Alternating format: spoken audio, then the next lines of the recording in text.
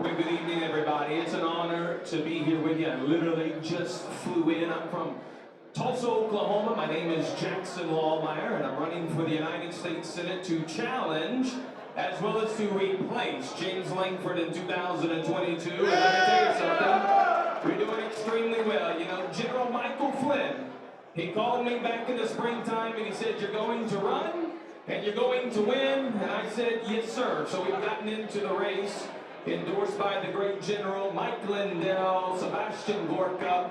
The legendary Roger Stone runs my campaign, so very honored to have Roger. He's a warrior.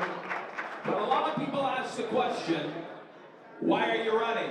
And the answer is obvious, and you know the answer, because our country is in a lot of trouble right now. You know, in 2020, they stole an election. Right now, you're seeing vaccine mandates across the country. And in September, when former Vice President Joe Biden declared war on the American people by saying you will either take this jab or you will lose your job, we went to work. Now, by the way, the rhinos get really, really mad at me because I refer to him as former Vice President Joe Biden. Have you ever seen a rhino?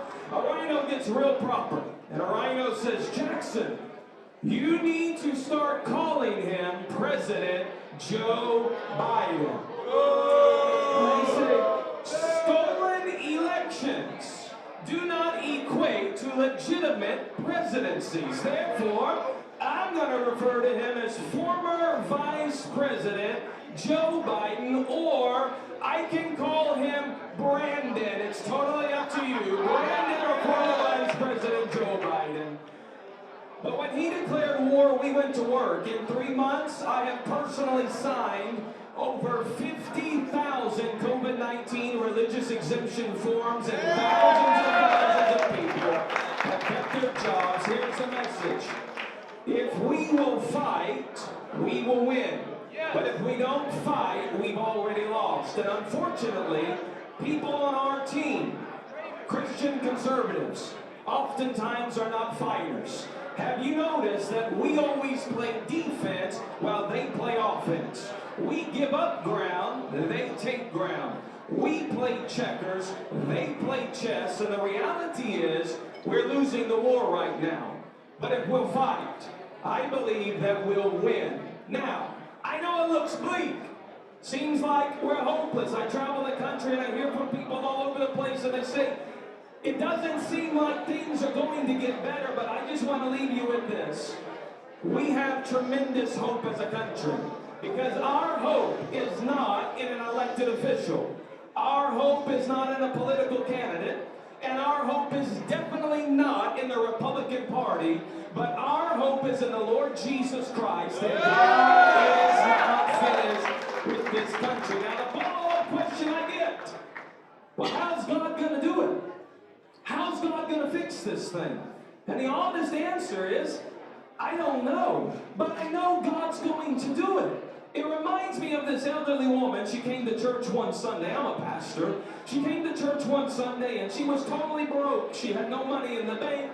She had no groceries, and she heard her pastor preach a sermon on how God is a miracle working God and God can do anything.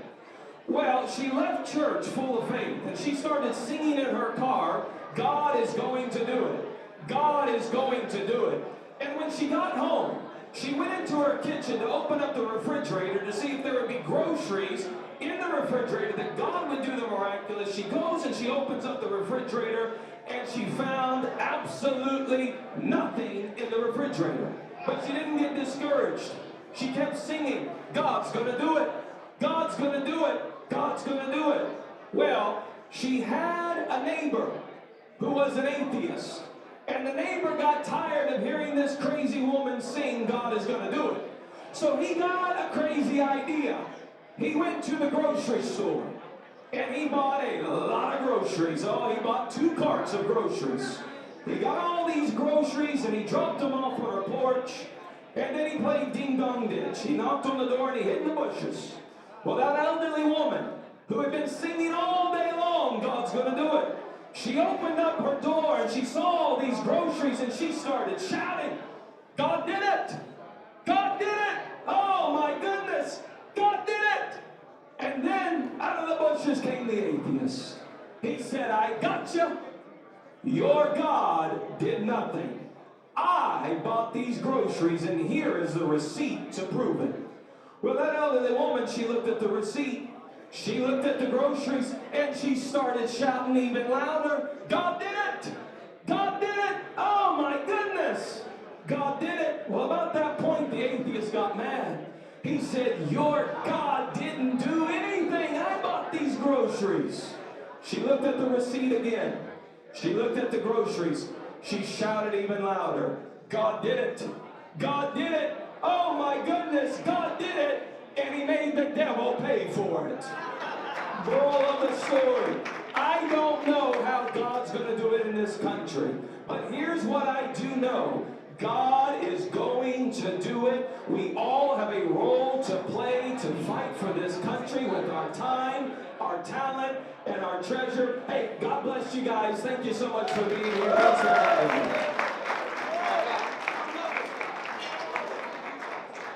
Give it up for Pastor Lahmeyer. Oh my God.